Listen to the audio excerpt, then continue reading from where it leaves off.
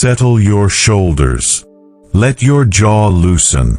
Let your hands rest in a way that asks nothing of them. In this telling there will be nothing sudden, nothing loud, nothing that rushes at you from the dark. The world will move slowly, like ash drifting in still air, and you will be only a quiet witness, walking at a distance where nothing needs to be fought. If you feel your breathing lengthen as you listen, that is enough.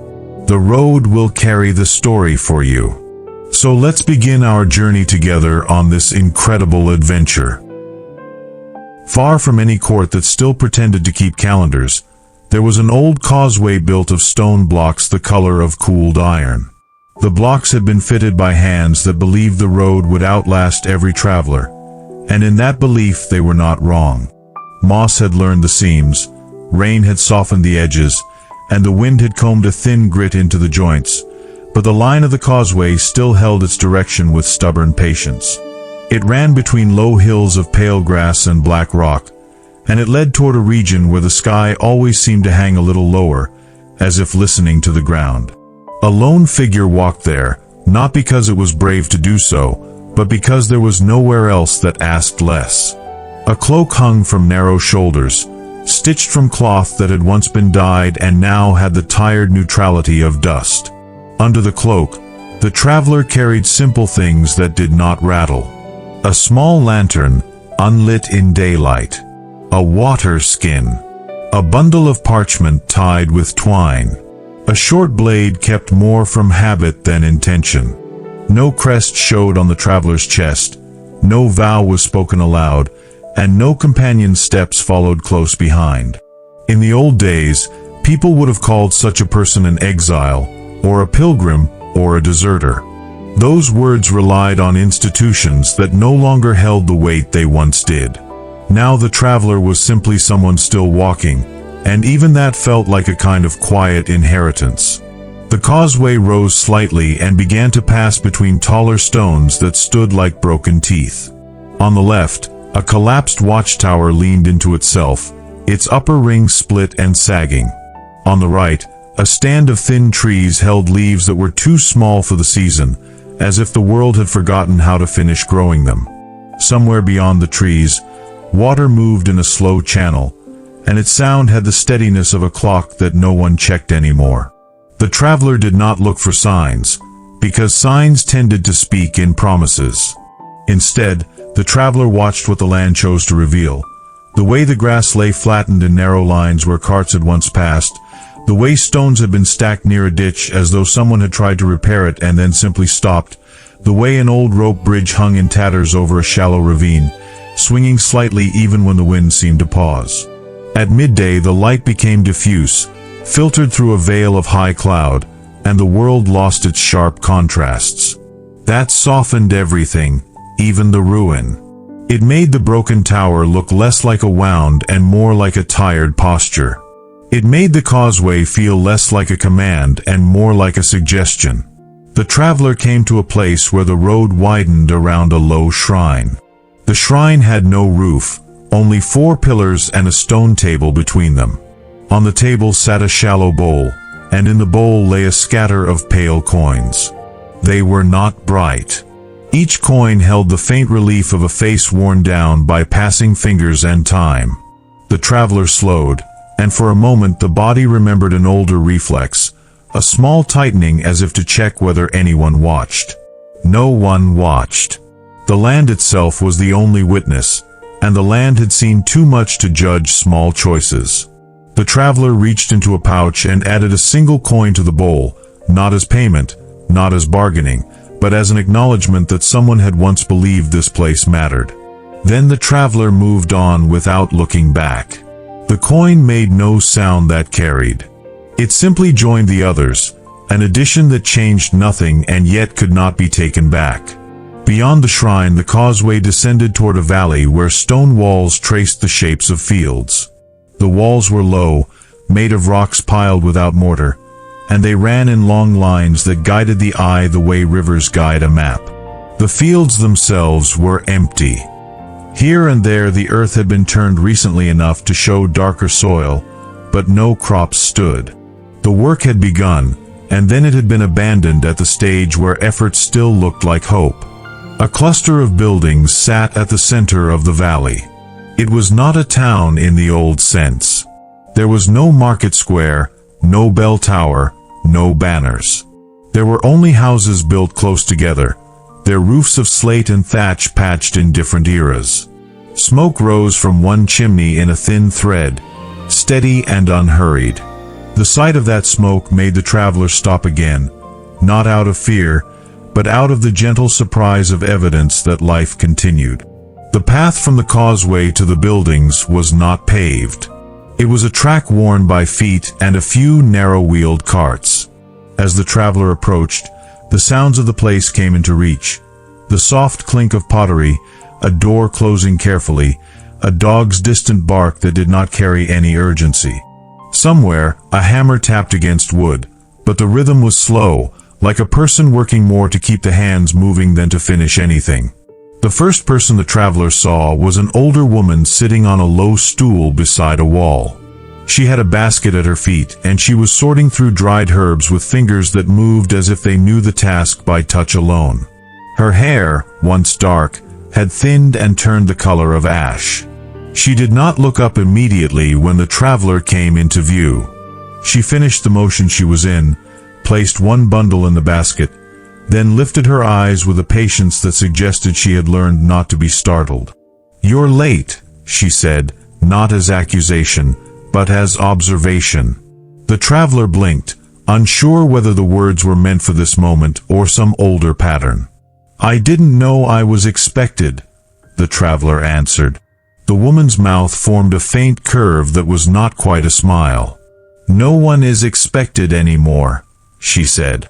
"That's why it feels like being late. When there's no schedule, time becomes a kind of weather. You arrive when you arrive." The traveler stood in the street between houses, feeling the weight of being seen.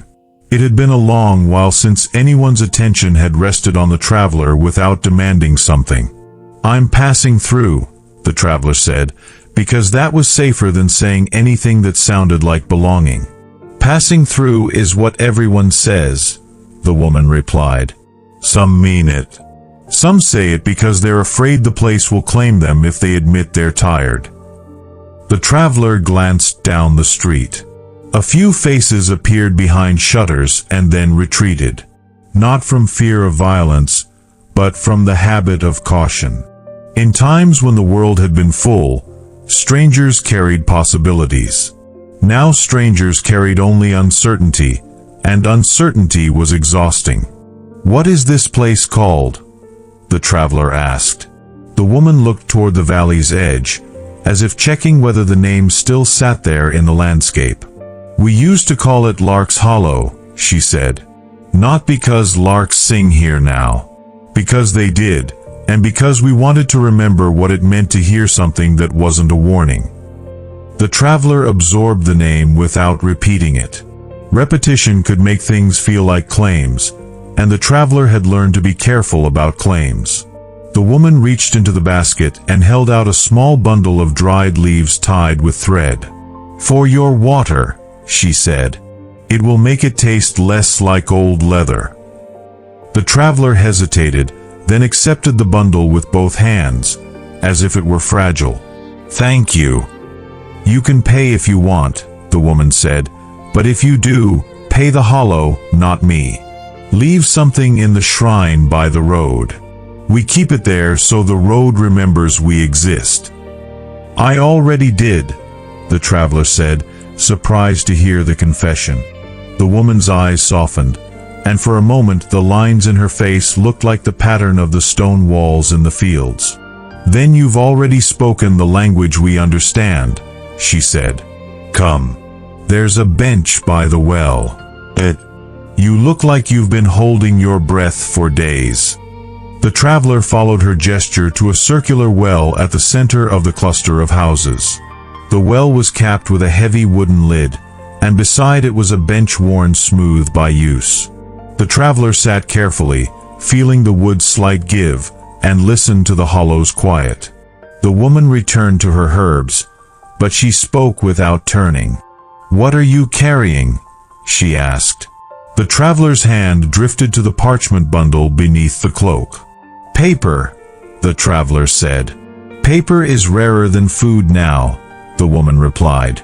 "It lasts longer in the mouth too, though it's harder to swallow." The traveler let out a small breath that almost became laughter, then decided it was not laughter, only release. "They're notes," the traveler said. "A record of places that still have light." The tapping of the hammer in the distance paused, then resumed, as if someone had listened and decided not to intrude. "Light," the woman repeated, tasting the word as though it had once been common. "Do you mean firelight, or something else?"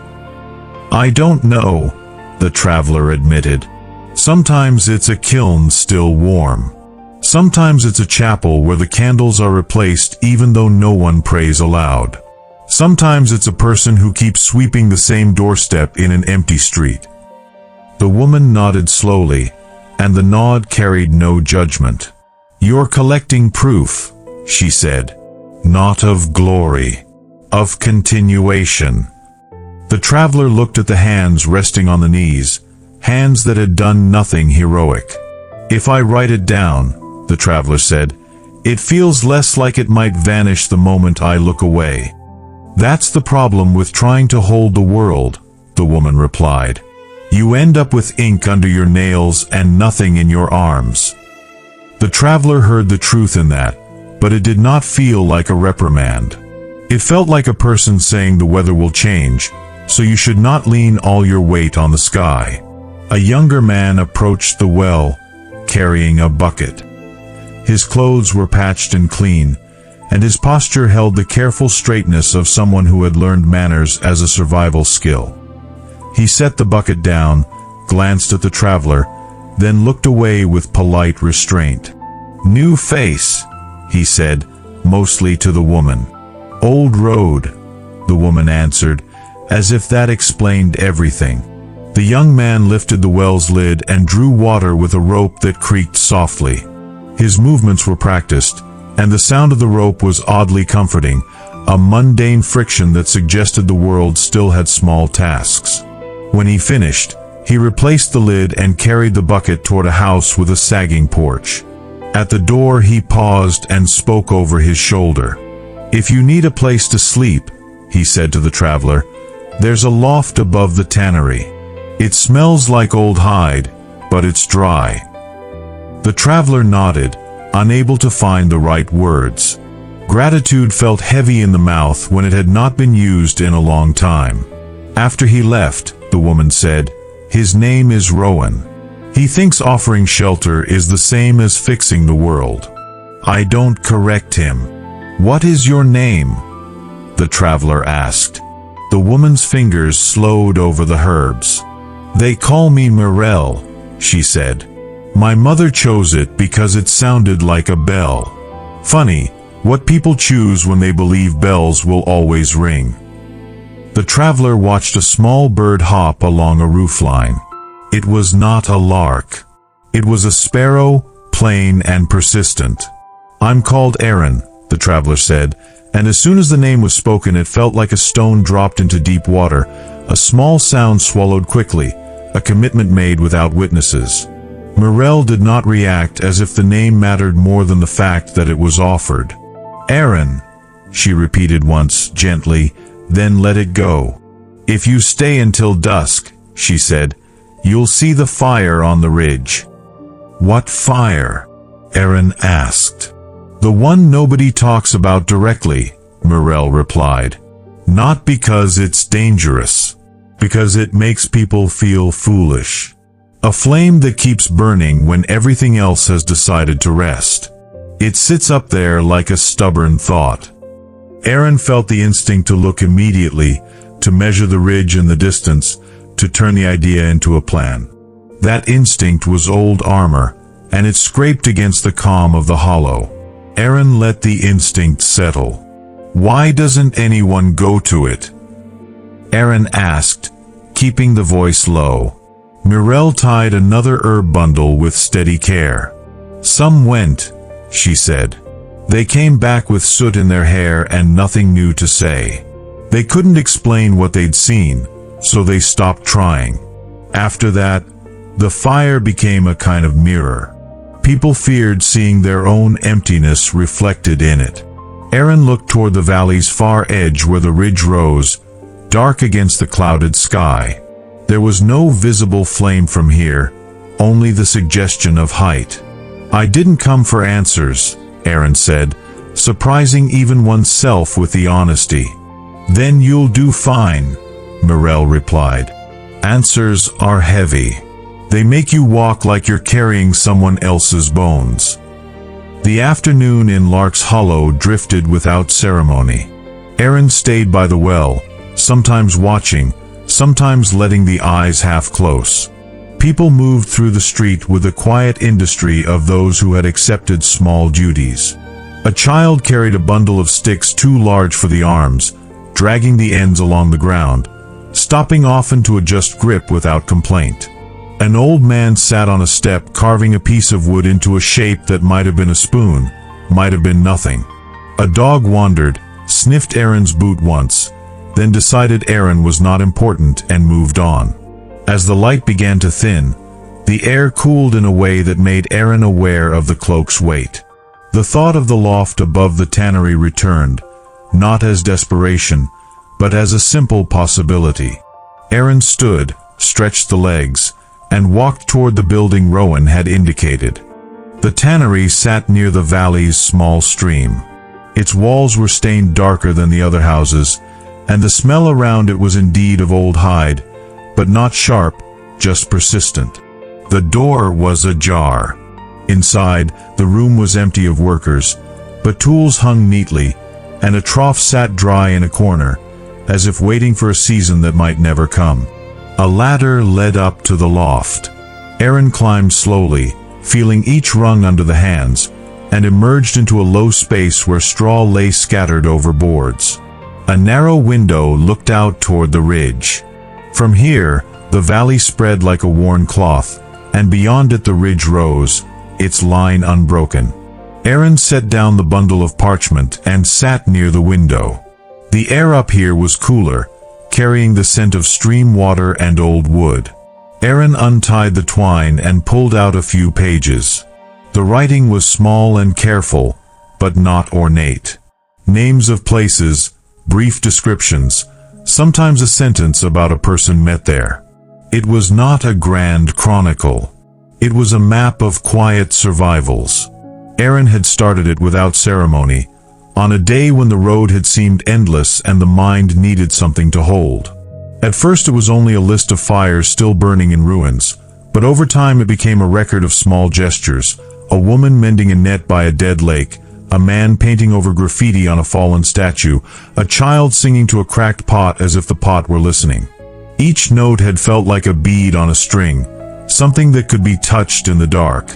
Now, in the loft, Aaron realized the notes had also been a way to avoid something else. Each entry was an outward gaze, a refusal to look too closely at what the road had been doing inside. The ridge outside held its quiet shape. The sky dimmed further, and the first hint of dusk touched the stones in the valley with a muted violet. Aaron waited without forcing the moment, letting the eyes rest on the ridge's line. When the fire appeared, it did so gently. Not a flare, not a sudden blaze, but a soft ember-bright point near the ridge's crest, as if someone had placed a lantern behind a rock. It grew slightly as the light faded, becoming more visible by contrast rather than by change. It did not flicker wildly. It held steady, a patient burn. Aaron watched it for a long time. The flame's steadiness made it feel less like a mystery and more like a habit. Somewhere up there, something continued because it had not yet learned how to stop. The thought that followed was quiet and uncomfortable. Perhaps that was all anyone was doing. Aaron did not write that down. The parchment did not need that weight. Down below, footsteps sounded on the tannery's floor, and then Rowan's voice called softly, not demanding attention, only offering presence. "You settled in?" "Yes," Aaron answered, leaning toward the loft opening so the voice could carry. Rowan stood at the base of the ladder, looking up without climbing. "Mirel said you might be watching the ridge," he said. "People come here for the fire sometimes. Or they come for the idea of it." "I can see it," Aaron said. Rowan nodded, though Aaron could only see the top of his head. "It looks closer than it is," Rowan said. "The path up is steep in places, but it's not dangerous. Just tiring." Aaron heard something in that last word, something that sounded like permission to choose tiredness without shame. "Have you been there?" Aaron asked. Rowan was quiet for a moment. "Once," he said. "I went because I wanted to bring back a story that would help people stay.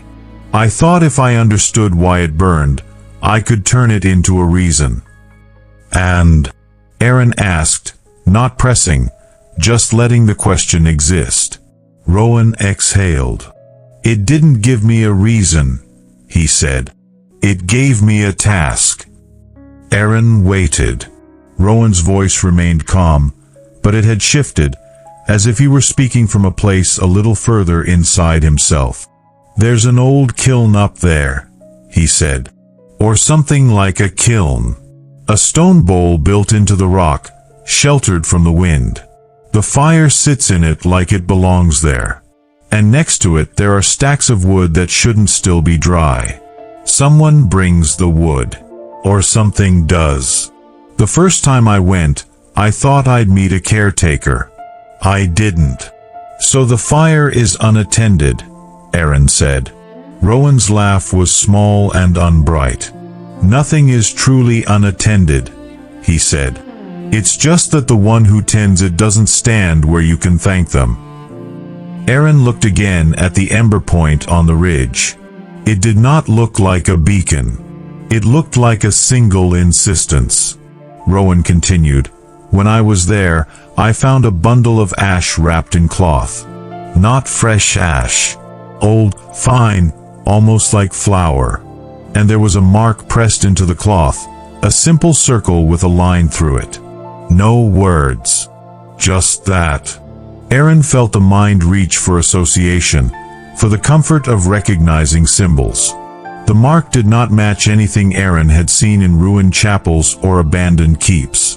That unfamiliarity made it strangely gentle. It belonged to no authority Aaron could name. "What did you do with it?" Aaron asked. "I left it," Rowan said. "I wanted to carry it back, but my hands wouldn't. Not because of fear. Because it felt like taking someone's last breath and putting it in a pocket." Aaron understood the image, and the understanding did not sting. It simply settled. Rowan shifted his weight. "If you go," he said, "don't go looking for revelation. Go because you want to see the stone bowl and the stacks of wood and the way the fire makes the rock look warm. Go because it's a place where the world is doing one clear thing." Aaron nodded, though Rowan could not see it. "Thank you," Aaron said. Rowan's voice returned to its surface steadiness. "There's soup at Mirel's," he said. "Not much, but it's honest. If you want, come before it cools." Aaron considered, then said, "I will." Rowan left. The footsteps faded. Aaron remained by the window a while longer, watching the ridge fire as dusk deepened. The sky took on the first stars, faint behind cloud wisps. The valley below became a pooled darkness with only a few small lights where homes held lanterns. Those lights did not compete with the ridge flame. They simply existed in their own separate patience. Aaron descended the ladder and stepped back into the street, cloak pulled close. The air had turned crisp, and the smell of soup reached faintly from Mirel's house, mingling with wood smoke. The hollow sounds had softened further. Doors closed gently. A dog settled somewhere with a sigh. The world seemed to fold itself into night without any struggle. Mirel's house was small, its window glowing amber. Inside, the room was warm, and a pot sat over a low fire. Rowan was there, seated at a table with 2 other villagers. They looked up as Aaron entered, not startled, simply acknowledging a new presence. Mirelle ladled soup into a bowl and placed it in front of Aaron. The soup was thin but fragrant with the herbs she had sorted earlier. Aaron ate slowly, letting the warmth move through the chest. It was not the taste of celebration. It was the taste of a day that had been survived without making a story of it. Conversation in the room was sparse. People spoke of practical things, a roof tile that needed replacing, a fence that had fallen, the stream's water level. No one mentioned the ridge fire directly. When the subject hovered near it, words shifted elsewhere, as if respecting an unspoken boundary. Aaron watched this without judgment. Some things, Aaron realized, were kept quiet not because they were forbidden, but because speaking them had once led to disappointment. After the bowls were emptied, Mirelle brought out a small cloth and set it on the table. On it lay 3 pieces of charcoal, a stub of chalk, and a small knife with a dull edge. Rowan frowned slightly. "What's that for?" Mirelle looked at Aaron. "For the record keeper," she said. "If you're writing places that still have light, you should be able to mark where the light fails. Not as tragedy, as fact." Aaron touched the charcoal lightly. "I don't write about failure," Aaron said, then heard how that sounded, like avoidance made into principle. Mirelle's gaze was steady and kind. "Not writing it doesn't prevent it," she said. "It just makes the page dishonest. And dishonesty is heavier than sorrow." Aaron sat back, feeling the words settle into a place that had been guarded for a long time. It was not an argument. It was an opening. Rowan watched Aaron's face as if seeing a shift too small to name. Aaron picked up a piece of charcoal and turned it between fingers. It left a faint gray on the skin. The simple physical trace felt like permission to admit that the road had also left traces. "I don't know how to write it," Aaron said quietly. Mirelle nodded once. "Then start by writing what you saw today," she said. "A hollow that still boils soup. A ridge that keeps a fire. A young man who offers a loft that smells bad. An old woman who doesn't pretend the larks are coming back." The villagers at the table did not react with pride. They did not straighten as if praised. They simply accepted being described as they were, which was perhaps the rarest kind of acceptance. Aaron did not write yet, but the hand moved toward the parchment bundle as if the decision had been made somewhere below language. Outside, night continued to settle. The ridge fire remained visible through the window, a steady point above the dark valley. It did not call. It did not threaten. It waited in the way stones wait, indifferent to whether anyone came, yet oddly reliable in its presence. When Aaron finally left Mirelle's house and returned toward the tannery loft, the air smelled of damp earth and smoke. The street was nearly empty now. Only one lantern burned at the far end, near a doorway where someone had placed it as if to guide anyone who might still be out. Aaron walked past the well, past the bench, past the stacked stone walls that framed the fields like old thoughts. In the loft, Aaron lay down on the straw and stared at the window's rectangle of sky. The ridge fire was still there, slightly dimmer now that the eye adjusted to darkness, but steady nonetheless. Aaron listened to the hollow silence, which was not total silence, but a collection of small rests. The creak of wood cooling, the faint rush of the stream, the occasional soft shift of straw under Aaron's own weight. Sleep did not come immediately. Instead, Aaron felt the mind turning toward the ridge path, measuring it not as a challenge but as a continuation. The thought of the stone bowl, the stacks of dry wood, the cloth-wrapped ash with the circle and the line, all sat in the mind with a calm insistence. Near midnight, Aaron sat up and untied the parchment bundle. By the faint light from the window, Aaron wrote a new entry. The words were simple. They described Lark's Hollow as it was. The soup, the well, the way people avoided turning the ridge fire into a legend, the way Morel sorted herbs as if the world still deserved careful hands. Aaron wrote Rowan's offer of shelter and did not embellish it. Then Aaron wrote one line that had never appeared in the notes before, because it did not describe something external.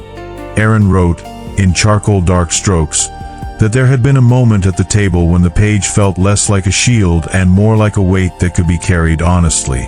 When the line was finished, Aaron stopped.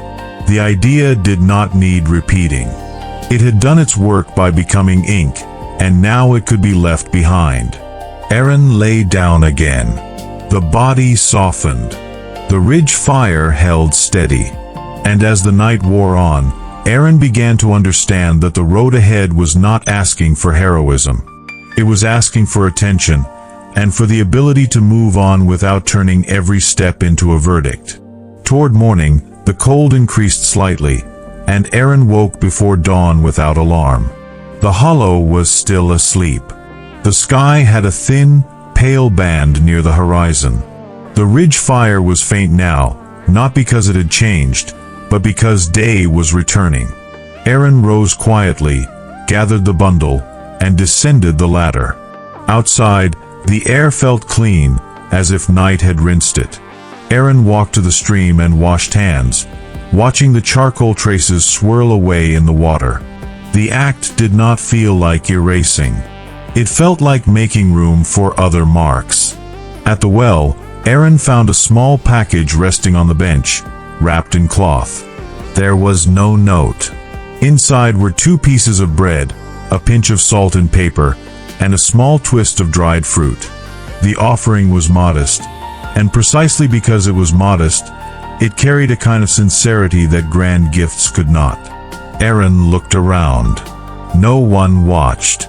The hollow gave what it could without requiring thanks. Aaron left a coin by the well, not as payment, but as a response in the same quiet language. Then Aaron started toward the ridge path, which began behind the far houses, climbing through grass and rock toward the point where the fire had burned all night. As Aaron climbed, the valley fell away. The stone walls of the fields became lines in the earth. Lark's Hollow became a cluster of shapes, then a suggestion. The wind-up here was cooler and steadier, and it carried a faint scent of burned wood that did not belong to any chimney. The path was indeed tiring, not because it was steep in a dramatic way, but because it asked for steady effort over time. Aaron's breathing found a rhythm. Footsteps scuffed gravel. Occasionally a loose stone rolled a short distance and came to rest. Nothing on the ridge moved quickly. Even the clouds seemed to drift with deliberate patience. After a long climb, the path curved behind an outcrop and the stone bowl came into view. It was set into a hollow in the rock, sheltered by a natural overhang. The fire inside it was smaller in daylight, a concentrated flame that hugged the fuel. The stones around it were darkened by years of smoke. The warmth reached Aaron's face like a quiet exhale. Nearby, as Rowan had said, stacks of wood stood under a crude lean-to made of planks and stone. The wood looked dry. It should not have. Yet it was, as if the place itself refused damp. Aaron approached slowly, not out of fear, but out of respect for the steadiness of the flame. The fire did not react. It did not flare. It continued its patient work of turning wood into ash. Beside the stone bowl, partly tucked under a flat rock, Aaron saw the cloth bundle Rowan had described. It was still there. The cloth was gray, and on it the mark was pressed, a circle with a line through it, simple and without ornament. Seeing it in person made it feel less symbolic and more like a practical sign, the way one might mark a jar in a pantry. Aaron knelt. The rock beneath the knees was cold. The warmth from the bowl balanced it slightly, creating a small zone where opposites coexisted without conflict. Aaron did not touch the bundle yet. Instead, Aaron watched the fire. The sound was minimal, a soft crackle at the edge of hearing. The flame's motion was unhurried. It seemed to take its time with each piece of wood, as if it knew there would be more. In the brightening day, the ridge felt ordinary. There was no choir, no vision, no sudden understanding. And still, Aaron felt something shift, not in the way of revelation, but in the way of a person realizing that a door has been left unlocked for a long time and no one has said so out loud.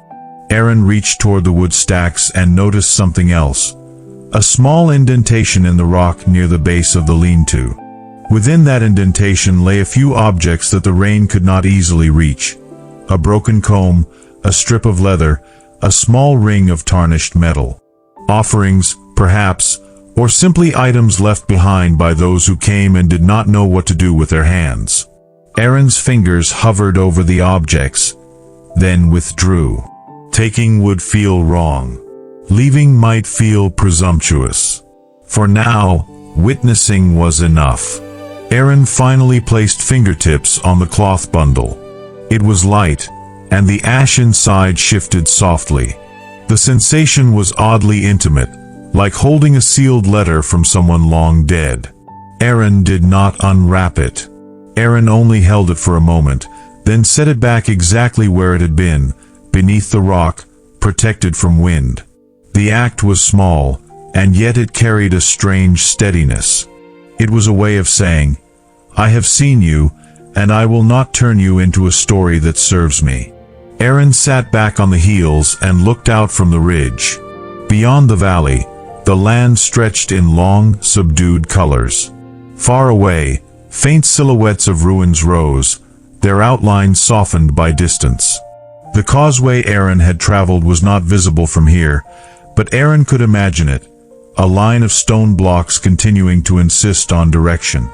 The fire beside Aaron continued to burn, and in that continued burning, Aaron sensed the presence of a caretaker not as a person to meet, but as a pattern of attention. Someone or something had decided that this flame should not go out. That decision had been repeated many times, quietly, without ceremony, perhaps without even being spoken.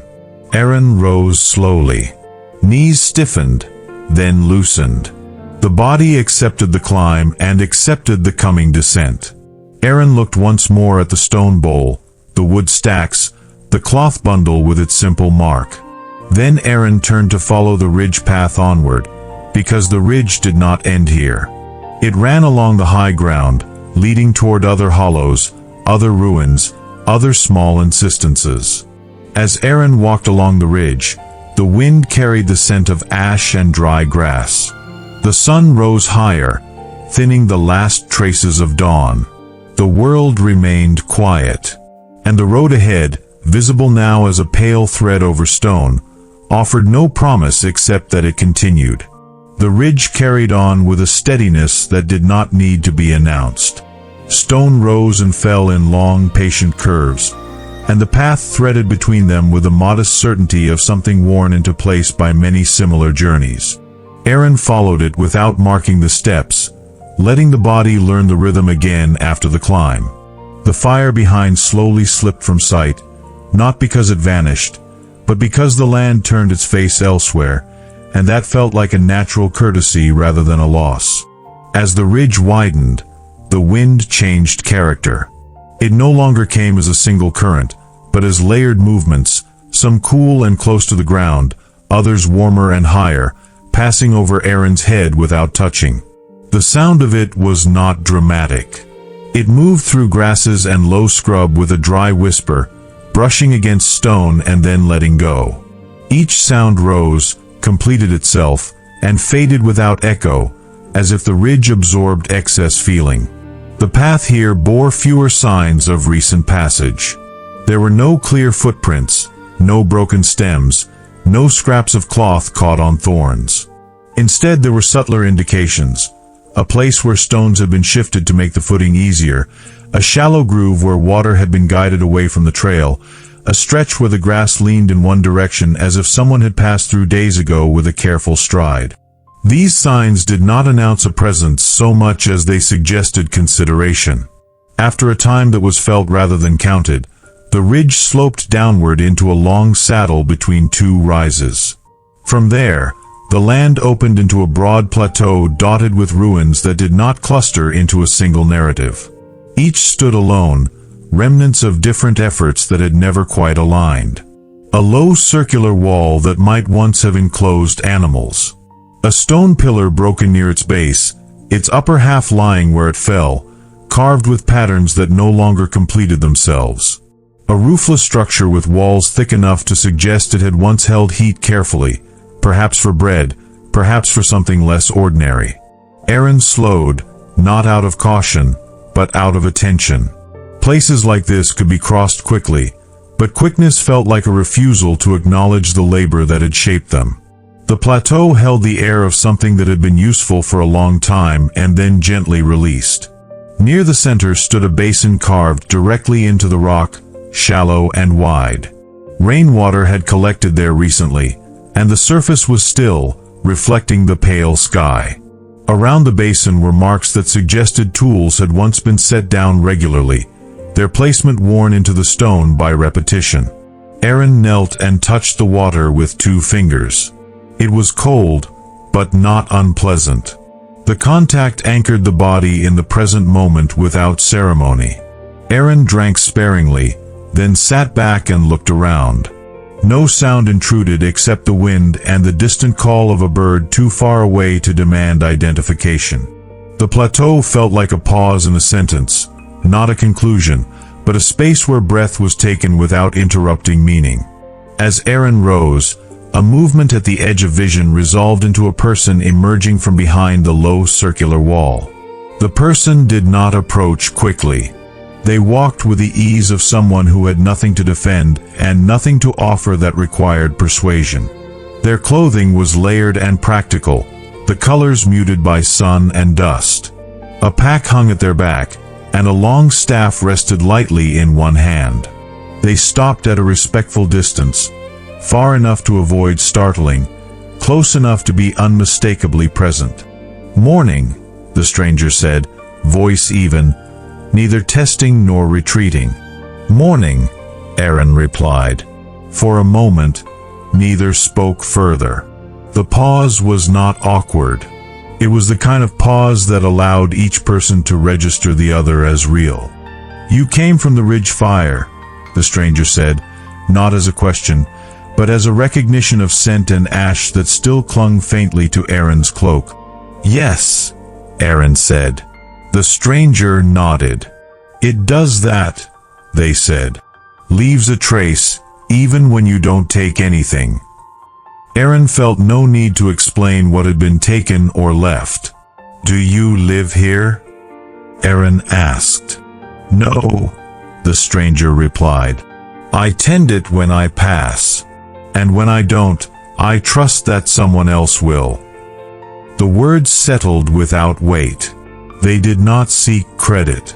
Aaron studied the stranger's face. There was nothing remarkable about it, and that ordinariness felt intentional, as if the person had learned how to exist without becoming a symbol. Lines at the corners of the eyes spoke of years spent outdoors, of squinting against wind and light rather than against threat. "I'm Aaron," Aaron said, offering the name as one might offer water, without ceremony. The stranger inclined their head slightly. "I'm called Hale," they said. "Not because I always am. Because it's a reminder." Aaron accepted that without comment. Names had become like that lately, less about description and more about aspiration quietly repeated. They walked together across the plateau, not side by side, but in a loose parallel that allowed each to choose footing independently. Hale pointed out nothing unless Aaron's gaze lingered. When Aaron paused near the broken pillar, Hale said only, "That one held a bell once. It cracked before it fell." "What happened to the bell?" Aaron asked. Hale shrugged lightly. "It was melted down. The sound mattered less than the metal." Aaron imagined the bell's last tone, not as a dramatic peal, but as a dull, uneven note that told people it was time to stop listening for it. They continued toward the far edge of the plateau, where the land dipped again and a long valley stretched out, greener than the hollow Aaron had left. The grass there grew taller, and patches of cultivated earth showed recent care. Smoke rose in 2 places, thicker than the thread from Lark's Hollow, and it carried the smell of something being cooked with intention rather than necessity. "There's a settlement down there," Hale said. "Larger than the Hollow, smaller than it wants to be." "Is it safe?" Aaron asked, hearing the old language surface and then soften. Hale considered. "It's stable," they said. "People argue. Tools break. Children run where they shouldn't. No one is waiting for the world to end there. That's as close as we get." Aaron nodded. Stability felt like a word that could be lived inside. They reached the descent, and Hale stopped. "I won't go further," Hale said. "My path turns east." Aaron felt a brief tightening at the prospect of parting, not from attachment, but from the recognition that some encounters existed to remind, not to accompany. "Before you go," Aaron said, "why do you tend the fire?" Hale looked back toward the ridge they had crossed, the fire now invisible in daylight. "Because it was tended for me once," Hale said. "When I came upon it in a winter that didn't seem like it would end, there was wood stacked and dry, and the bowl was warm. I didn't meet the one who had been there before me. I only knew they had chosen to act." Aaron waited. Hale continued, "I don't believe the fire keeps the world alive. I believe it keeps people from deciding too early that nothing remains to be done." The thought did not repeat itself. It settled and then moved on. Hale adjusted the strap of the pack. "Take the valley," they said. "The road there is quieter, but it leads farther." They turned and walked east, staff tapping lightly against stone, becoming part of the ridge's long memory.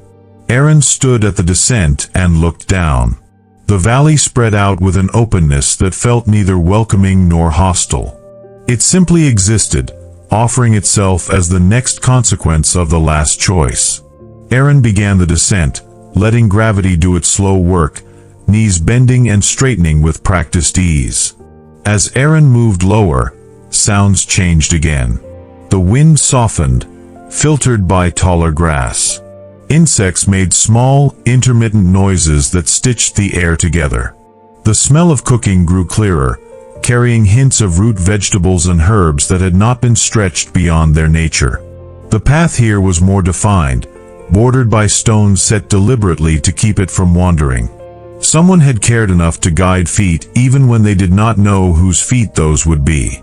At the valley floor, the road split. One branch led toward the settlement, its edges worn smooth by frequent use. The other continued along the valley's length, narrower, less confident, skirting fields and low stands of trees. Aaron paused. The pull toward people was real, shaped by warmth and conversation and the promise of shared effort. The pull toward the longer road was quieter, shaped by habit and the knowledge that not all continuations gathered into communities. Aaron turned toward the settlement. The approach revealed details gradually. Fences built from mismatched wood enclosed small plots. Animals grazed, their movements unhurried. Children's voices carried, not raised in alarm, but in the loose play of energy that had not yet learned restraint. Adults moved among them with a practiced attentiveness that did not hover. Near the first houses, Aaron was noticed, but not challenged. A man lifting a crate paused, nodded once, and returned to his work. A woman carrying a basket adjusted her path to avoid collision, offering a brief smile that did not demand response. At the settlement center stood a large structure built from stone and timber, its roof intact, its doors open. Inside, the space was filled with benches, tools stored along the walls, and a long table scarred by years of use. It was not a hall for ceremony. It was a place where decisions were made and then undone and then made again. Aaron entered, feeling the air change, warmer and tinged with the smell of wood and oil. A few people sat at the table, heads bent together, voices low but animated. One of them looked up. She was middle-aged, with hair pulled back simply, eyes alert without sharpness. "You're not from here," she said. "No," Aaron replied. "Passing through?" she asked. "Yes." She nodded. "Then you're welcome to rest. Food is served when it's ready. Work is offered, not required." The phrasing eased something in Aaron's chest. "Thank you." She gestured to a bench. "Sit. If you want to tell us where you've been, we'll listen. If you don't, that's fine too." Aaron sat. The bench creaked softly. For a while, Aaron listened to the conversation at the table, learning the cadence of this place. They spoke of a bridge that needed reinforcing, of a disagreement about how much grain to store versus trade, of a family planning to move on when the weather shifted. The concerns were immediate, specific, and entirely unheroic. Eventually, the woman who had greeted Aaron turned back. "I'm Sela," she said. "We don't keep titles. They get in the way." "I'm Aaron," Aaron said again, the name feeling less like a stone now and more like a familiar tool. Sela studied Aaron briefly, then said, "You carry paper?" "Yes." "What do you write?" Aaron considered, remembering Morel's words about honesty.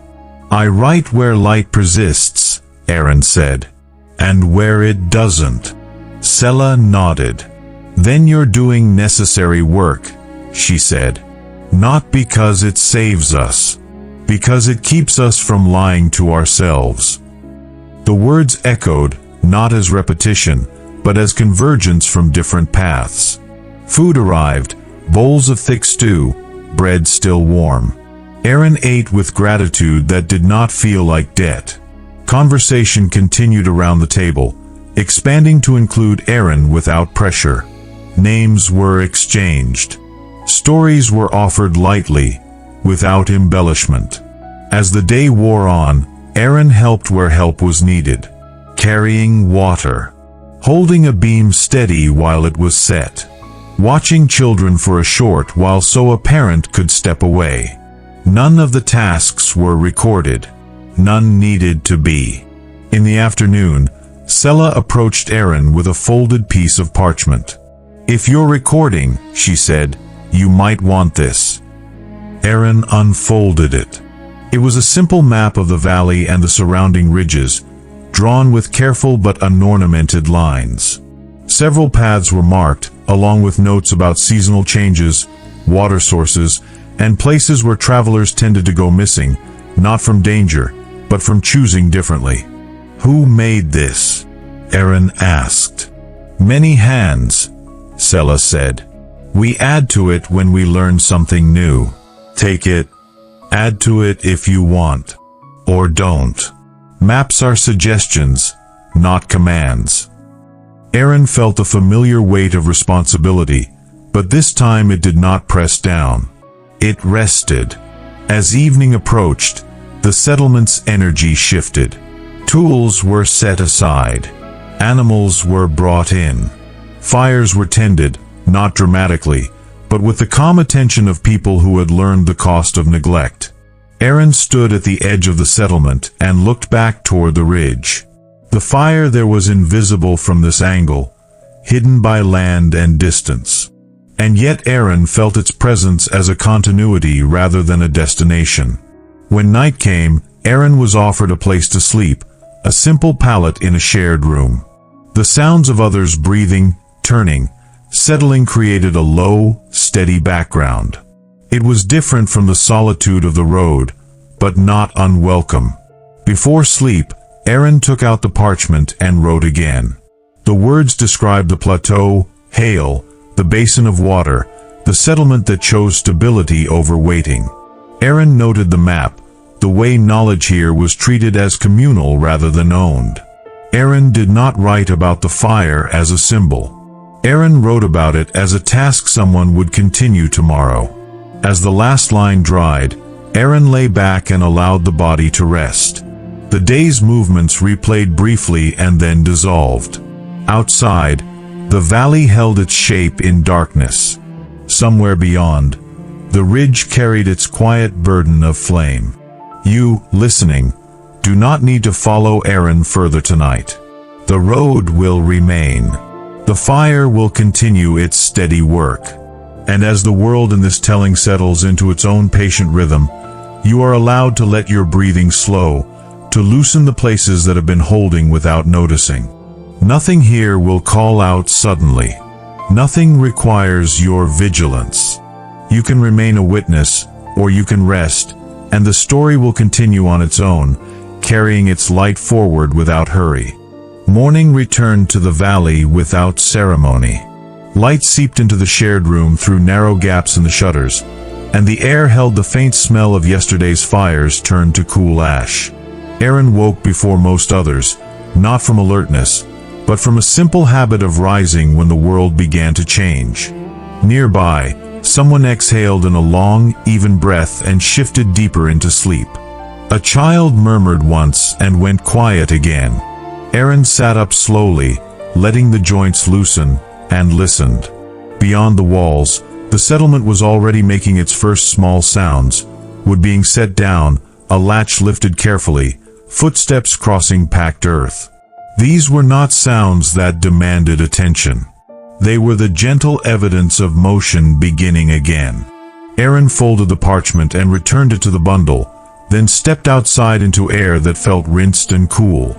The valley grass held dew, and it caught the light in small points that vanished when the wind moved.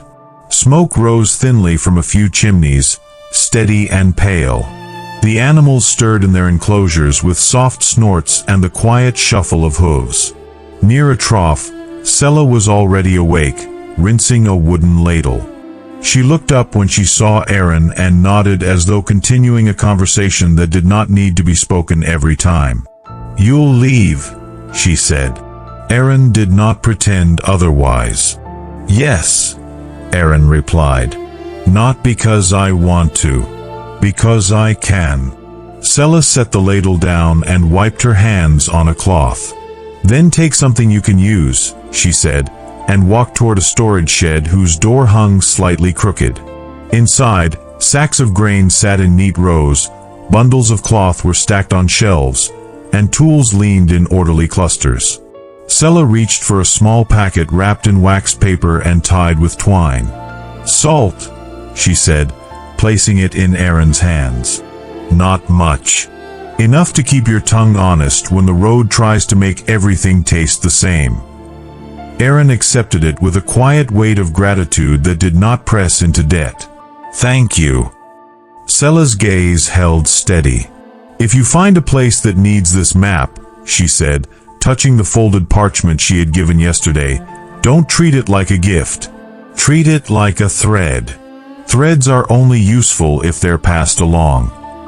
Aaron nodded, feeling the idea lodge itself and then fall away into consequence. The map in the bundle became less like a private resource and more like something temporarily entrusted. A few others gathered as the morning warmed. Rowan was not among them, but someone else offered a strip of dried meat, another person offered a length of twine, and an older man who had said little the previous day brought a small smooth stone and placed it in Aaron's palm without explanation. The stone was river-worn, cool, and ordinary. It took up no space. It carried no demand. Aaron slipped it into a pocket and did not ask for meaning. Some objects were best allowed to remain simple. At the settlement's edge, the road divided again. One path followed the valley and eventually rejoined older routes that led toward ruined keeps and their surrounding husks of villages.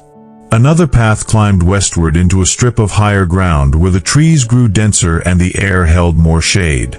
On Sella's map, that western path was marked with a note written in small plain script: "Old orchard, water reliable, voices sometimes heard at dusk."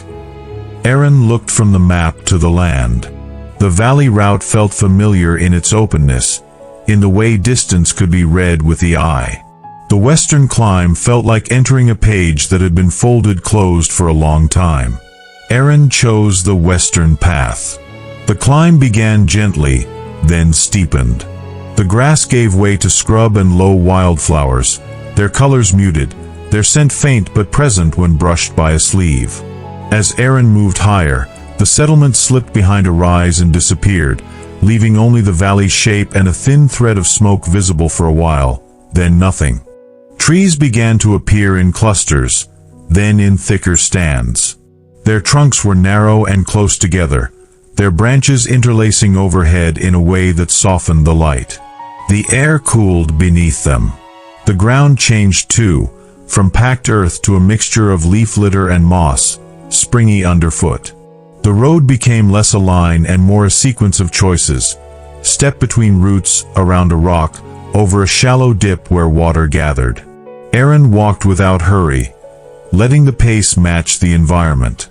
In the shade, even time seemed to move differently, not slower, but quieter, as if fewer sharp edges existed to catch on. After an hour, perhaps more, the scent of fruit reached Aaron in a faint, almost surprising way. It was not the bright smell of something freshly cut. It was the subdued sweetness of fallen apples turning slowly into earth. The trees around began to change. Their branches became heavier, their leaves broader. The trunks twisted in ways that suggested pruning long ago. Then the forest opened into a gentle slope dotted with old orchard trees. Many of the trees were gnarled, their limbs thick and low. Some had died and stood hollow, their bark peeled away in long strips. Others still lived, stubbornly producing small pale fruit that hung like quiet lanterns among the leaves. The ground beneath was littered with fallen apples, some intact, some split open, their flesh browned and softened.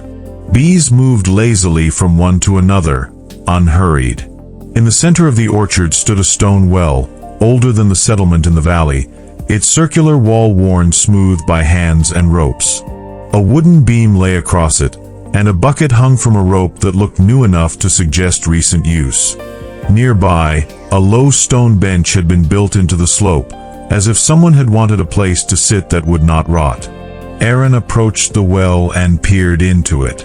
The darkness below held a faint glint. Water. Aaron lowered the bucket slowly, listening to the rope's soft rasp against the stone. The bucket met water with a gentle splash. Aaron drew it up and drank, the water cool and clean, carrying the faint mineral taste of deep stone. When Aaron finished, footsteps sounded behind, slow and unhurried. Aaron turned and saw an older man standing between two trees, watching. He carried a basket with a few apples inside, and his clothing was simple, patched, and clean.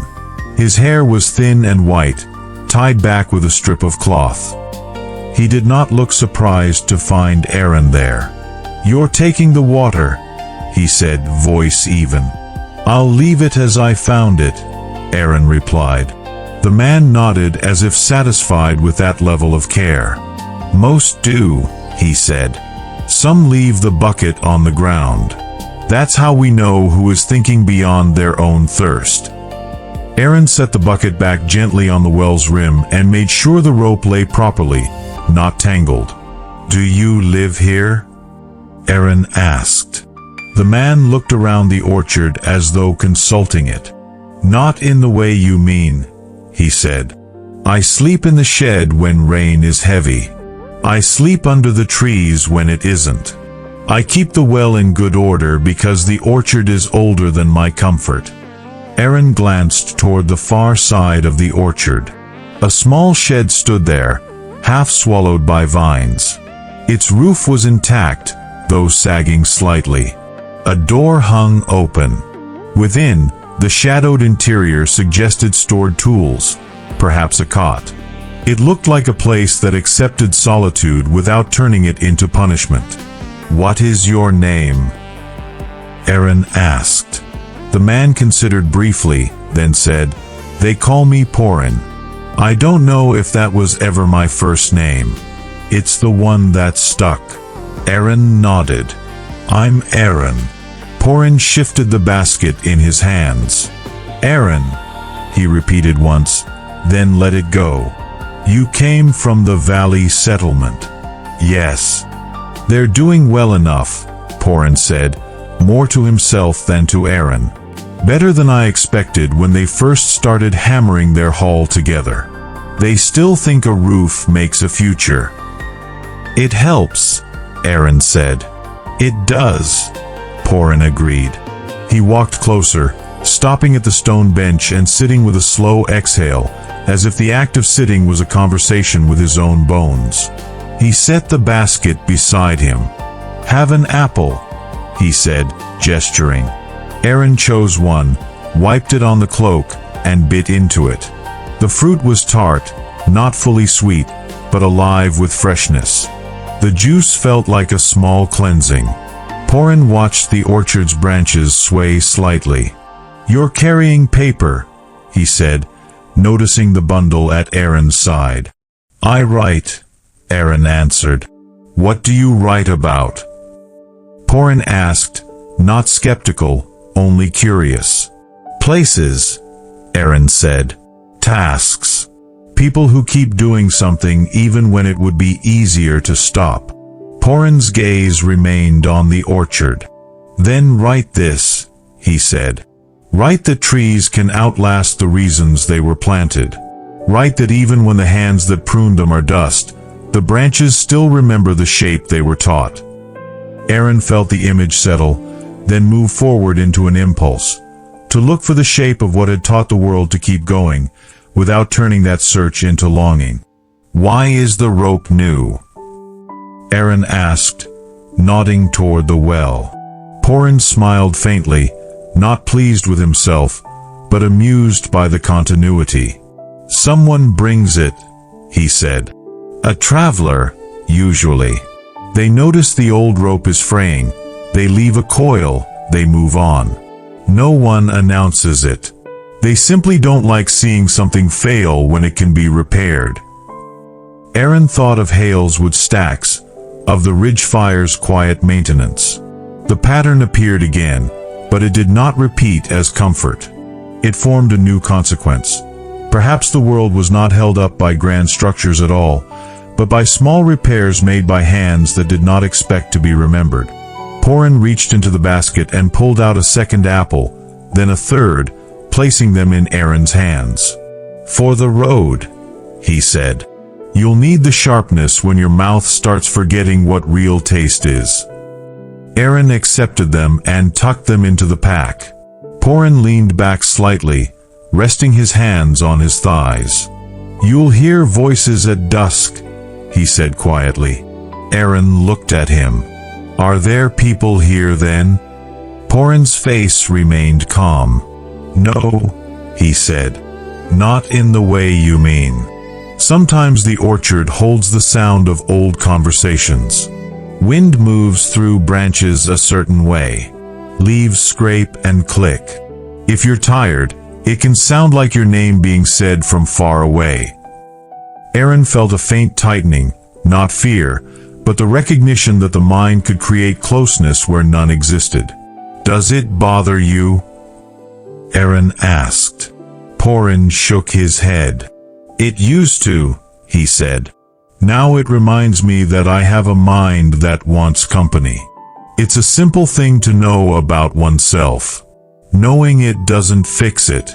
It just stops it from steering without permission. Aaron sat on the bench at a polite distance, letting the orchard's calm settle into the body. The moment did not ask to become meaningful. It simply existed, rich with ordinary detail. The bee's lazy movement, the way an apple's skin shone dully in shade, the soft grit under the bench's stone where years of feet had brushed. Aaron stayed through afternoon. Not because Porin demanded company, and not because the orchard promised something, but because leaving immediately would have felt like treating the place as a resource rather than a living remainder. Aaron helped in small ways. Picked fallen branches and stacked them near the shed. Cleared a few rotting apples away from the well so their sweetness would not attract too many insects near the water. None of it felt like restoration. It felt like care offered without expectation of transformation. As the sun lowered, the light through the trees became warmer. Shadows lengthened, and the orchard's shapes began to blur slightly at the edges, as if the world was slowly folding itself into evening. Porin moved with the same unhurried pace, checking the rope, checking the shed door, checking nothing in particular and everything at once. When the first hint of dusk arrived, it did not come with a sharp shift. It came as a soft cooling. The birds changed their calls. The air became stiller. Aaron noticed the moment when the orchard scent deepened, fruit and earth becoming more pronounced as daytime heat released. Then the voices began, though voices was only the mind's best word for it. At first it was only a pattern, the rustle of leaves and the slow creak of branches sounding as if syllables were being formed and then abandoned. Aaron listened without leaning into it, letting the sounds exist without turning them into meaning. For a few minutes, the sounds aligned in a way that resembled speech. Not clear sentences, not commands. More like the gentle rise and fall of conversation carried from a distant room where no one expected an outsider to understand. Aaron felt the old longing stir, the desire to step closer, to catch the words, to be included. Aaron did not move. Porin sat beside the well, hands folded, eyes half-lidded. "There," he said softly. "That's what it does." "It sounds almost familiar," Aaron admitted. Porin nodded. "It will," he said, "because the mind builds familiarity out of fragments. It's not wrong for it to try. Just don't let it decide for you." Aaron listened until the pattern drifted apart again into plain wind and leaf. The brief episode passed without leaving residue, and that passing felt like a quiet relief. The orchard had offered an experience, not a verdict. Night came. Stars appeared in gaps between leaves. Porin lit a small lantern near the shed, not bright, only enough to keep the well visible. He offered Aaron the shed's corner to sleep. Aaron accepted, grateful for a roof that smelled of dried wood and old tools rather than tanned hide. Inside, the shed held a few rusted implements hanging on nails, a coil of twine, a chipped clay cup, and a small pile of blankets. Porin took one blanket for himself and left the rest for Aaron without comment. They lay down in separate corners, silence between them that did not feel empty. Aaron's sleep came in segments, not restless, simply layered, like the night itself. Between wakeful moments, Aaron heard the orchard's branches shifting. At one point, a faint sound came through the shed's boards, not a voice, not even the illusion of one, but a single apple falling and rolling slightly before coming to rest. The simplicity of that sound grounded the mind again. Before dawn, Aaron rose quietly and stepped outside. The orchard was dim, the air cool and clear. The well's stone looked pale. In the east, the sky began to lighten. Porin was already awake, sitting on the bench. He seemed to have slept and not slept, existing in a state where rest was taken in small portions. He nodded as Aaron approached. "You'll go on," he said. "Yes," Aaron replied. Porin reached into the basket, now refilled, and handed Aaron a small bundle wrapped in cloth. It was not heavy. "Dry tinder," he said. "For your lantern. There are places where fire is harder to find than water." Aaron took it. "Thank you," Aaron said.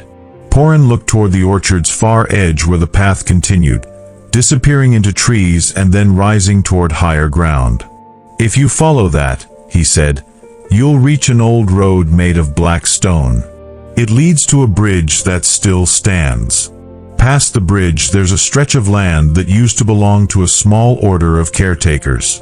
Not knights. Not priests. Just people who kept things from falling apart too quickly."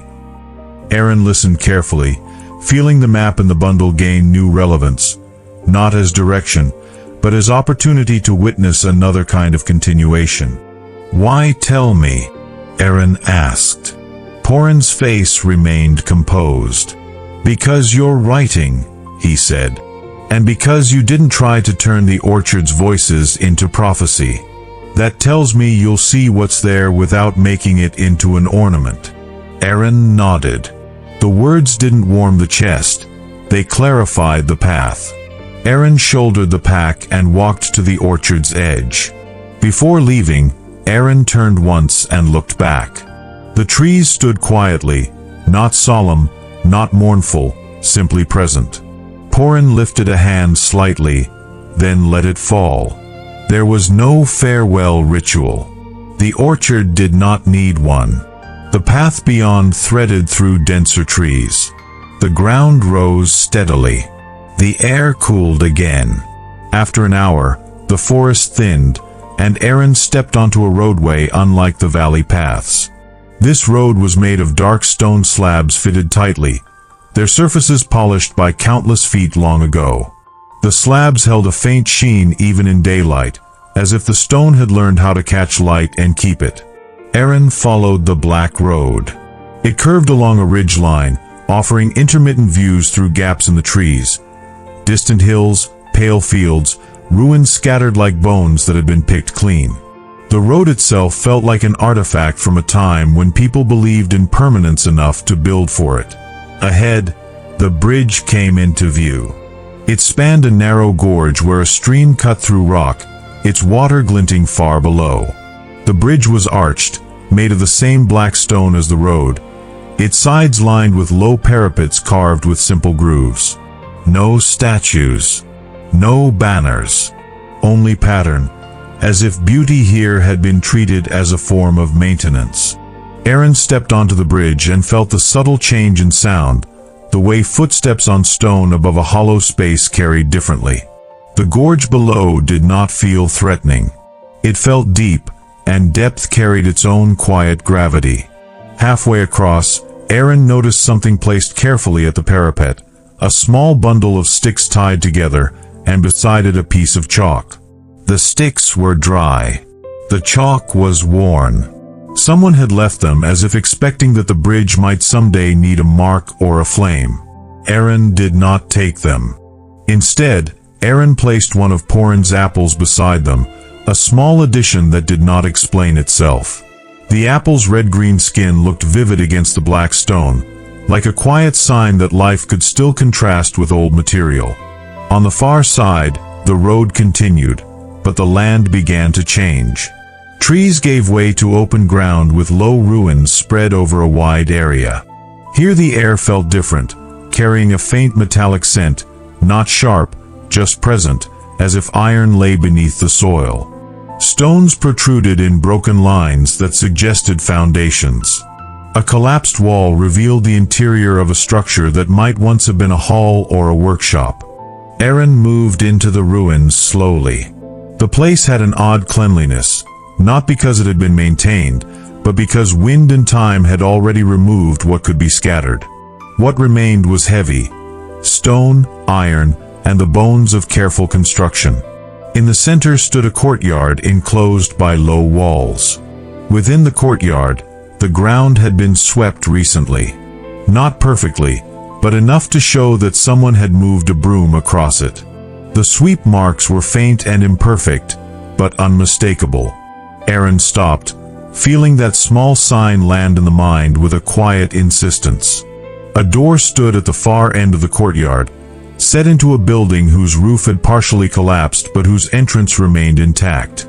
The door was made of iron banding over wood, and it was slightly ajar. Aaron approached and knocked softly, not because knocking would necessarily be answered, but because the act acknowledged the possibility of another person's space. For a moment there was no response. Then, from within, a voice spoke, low and steady. "If you're looking for shelter, come in. If you're looking for a story, sit outside until you forget why you asked." Aaron paused, then stepped through the doorway. Inside, the air was cool and smelled faintly of oil and old stone.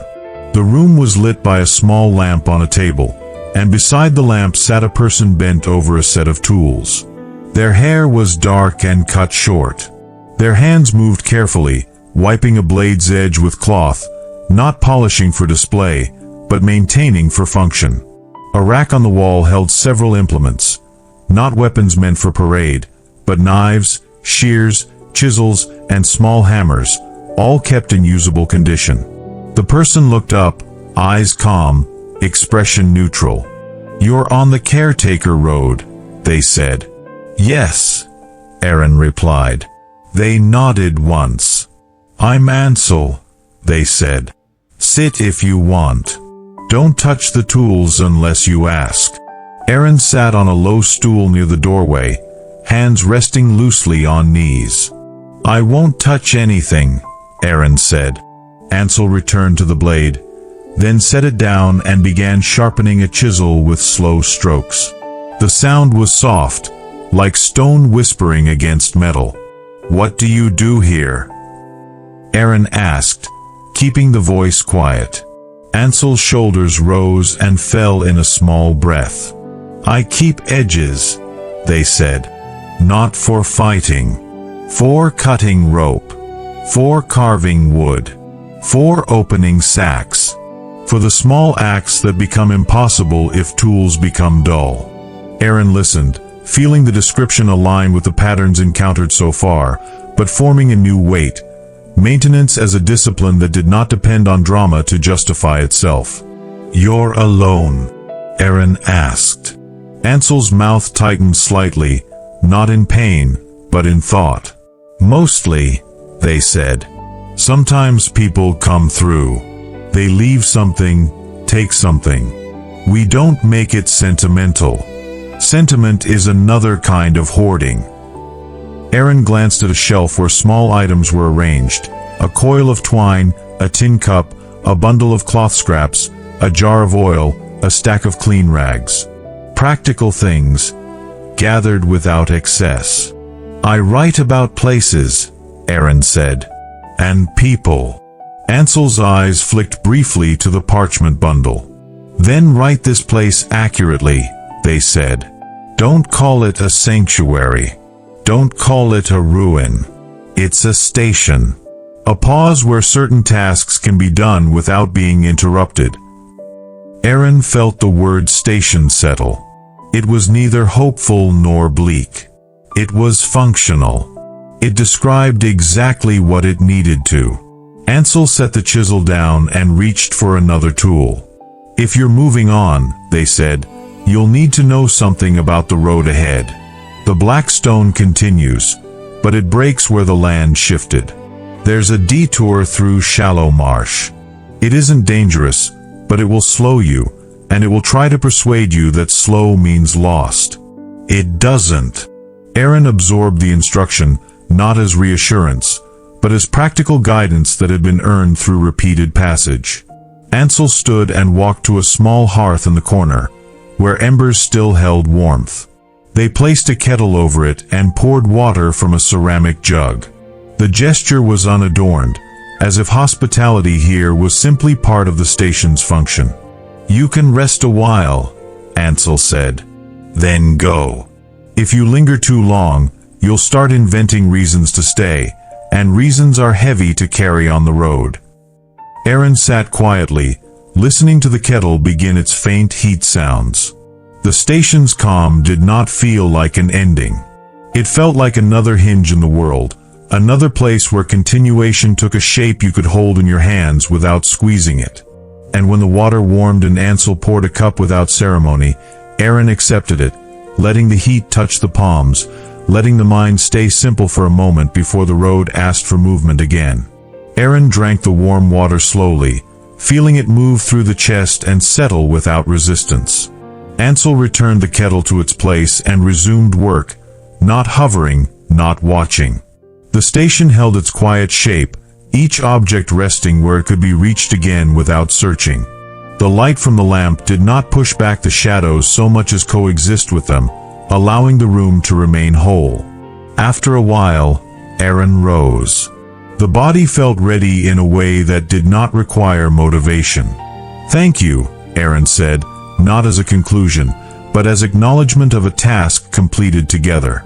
Ansel inclined their head once. "The road will tell you what it needs," they said. "Listen for effort, not for meaning."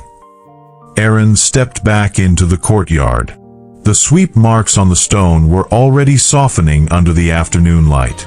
Nothing here tried to preserve itself beyond usefulness. That, Aaron realized, was why the place endured. Beyond the station, the black stone road narrowed and began to show its age. Some slabs were cracked, their edges lifted slightly where roots had pressed from below. Others were missing entirely, leaving gaps filled with compacted earth and gravel. Aaron adjusted pace and posture, allowing the feet to choose carefully without anxiety.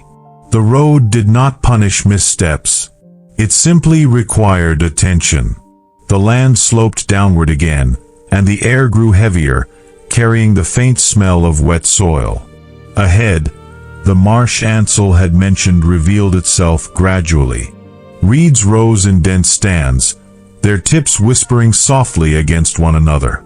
Pools of shallow water reflected the sky in broken patches, interrupted by grasses and low hummocks. The path through was marked by narrow boards laid end to end, some slightly submerged, others dry. Aaron stepped onto the first board and felt it flex gently. The sound it made was not alarming, only present. Each step required balance, a quiet negotiation between body and surface. Progress slowed naturally.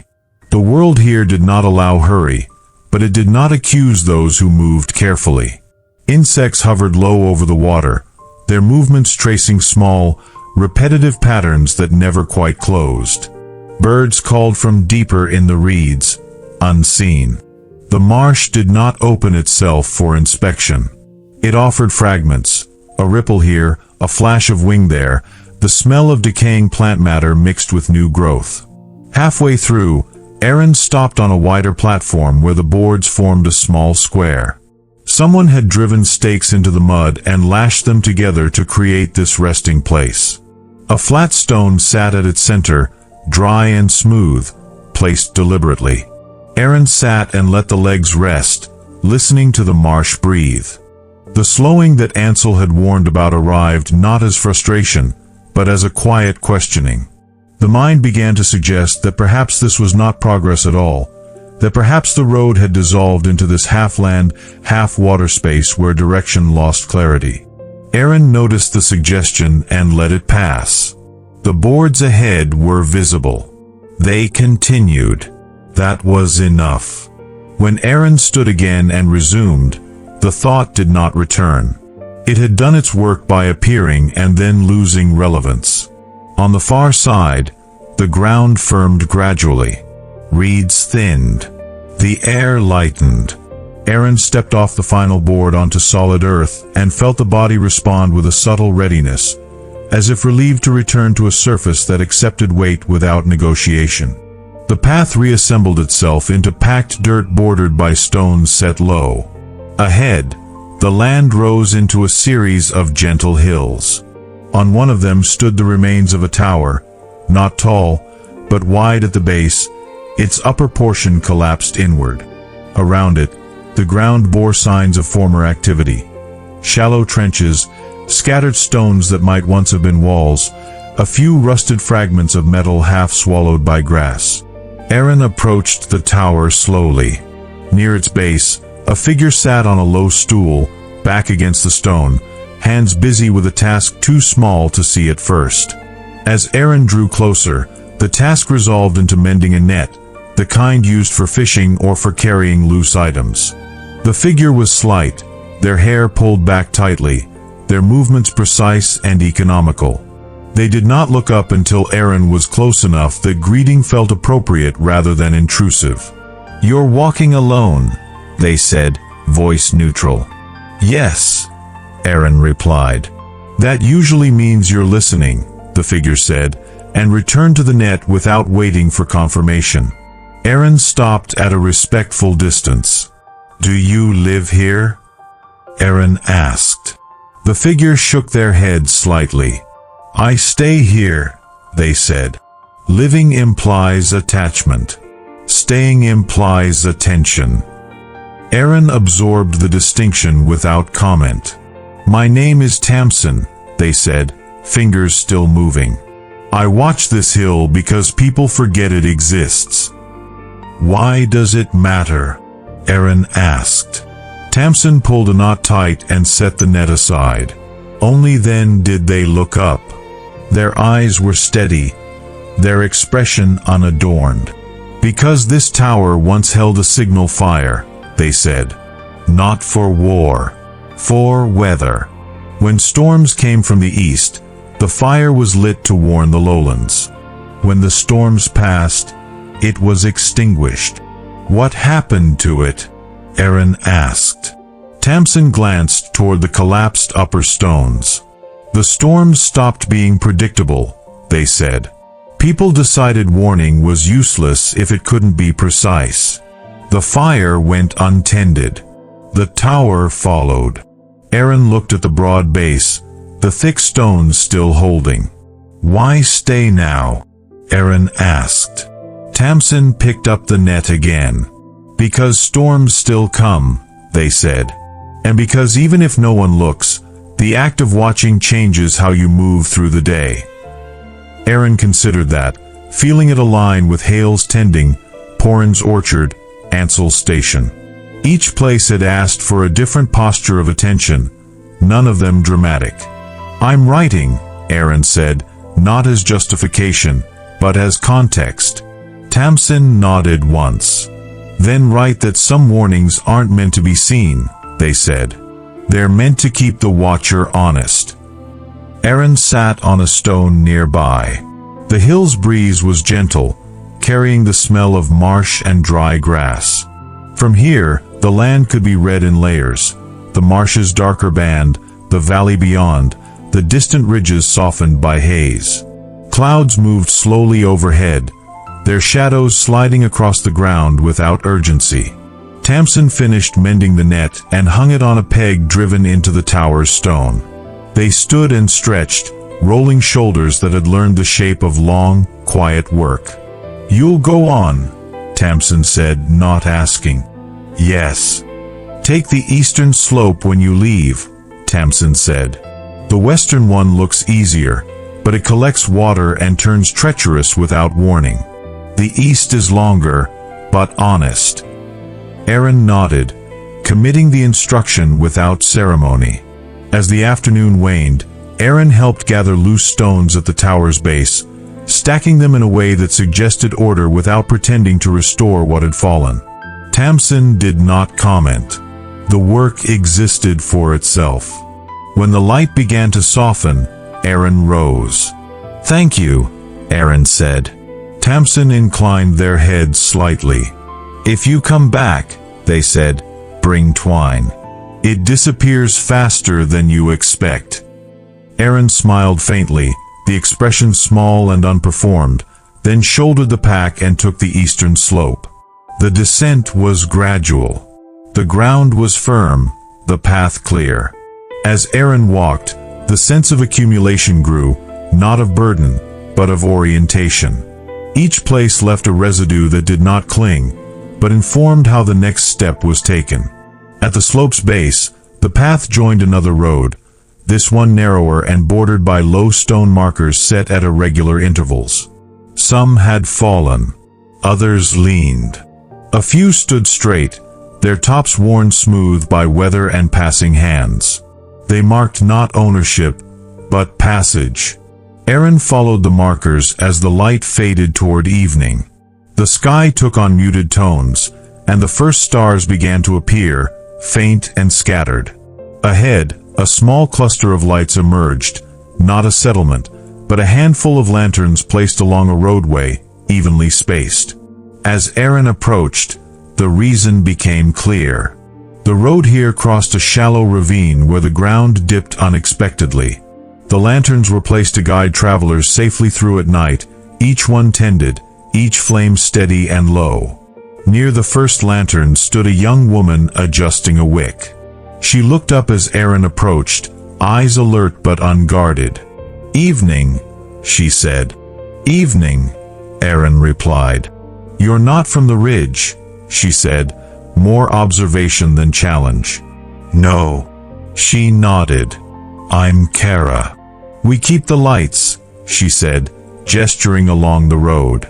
"Not because it's dangerous. Because people get tired and tired people trip." Aaron looked along the lantern line, appreciating the simplicity of the task. "How long have you been doing this?" Aaron asked. Kara shrugged lightly. "As long as I've been here. Before me, someone else did. Before them, someone else. We don't mark years. We mark nights that pass without incident." Aaron felt the statement settle as fact, not philosophy. "Do you need help?"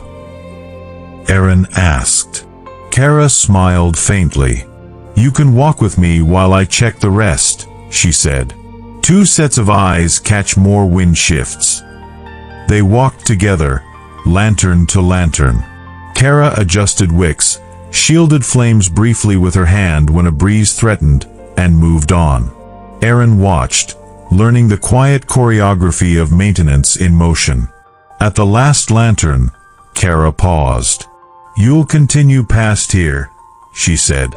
"Yes." She nodded. "Then remember this stretch," she said. "Not the lights. The reason for them." Aaron nodded. When they parted, Kara turned back along the road, her lantern swinging slightly, her steps unhurried.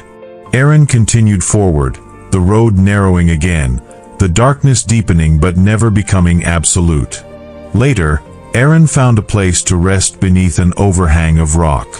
The ground was dry, the air still. Aaron laid out a blanket and sat for a while before lying down, looking at the stars framed by stone.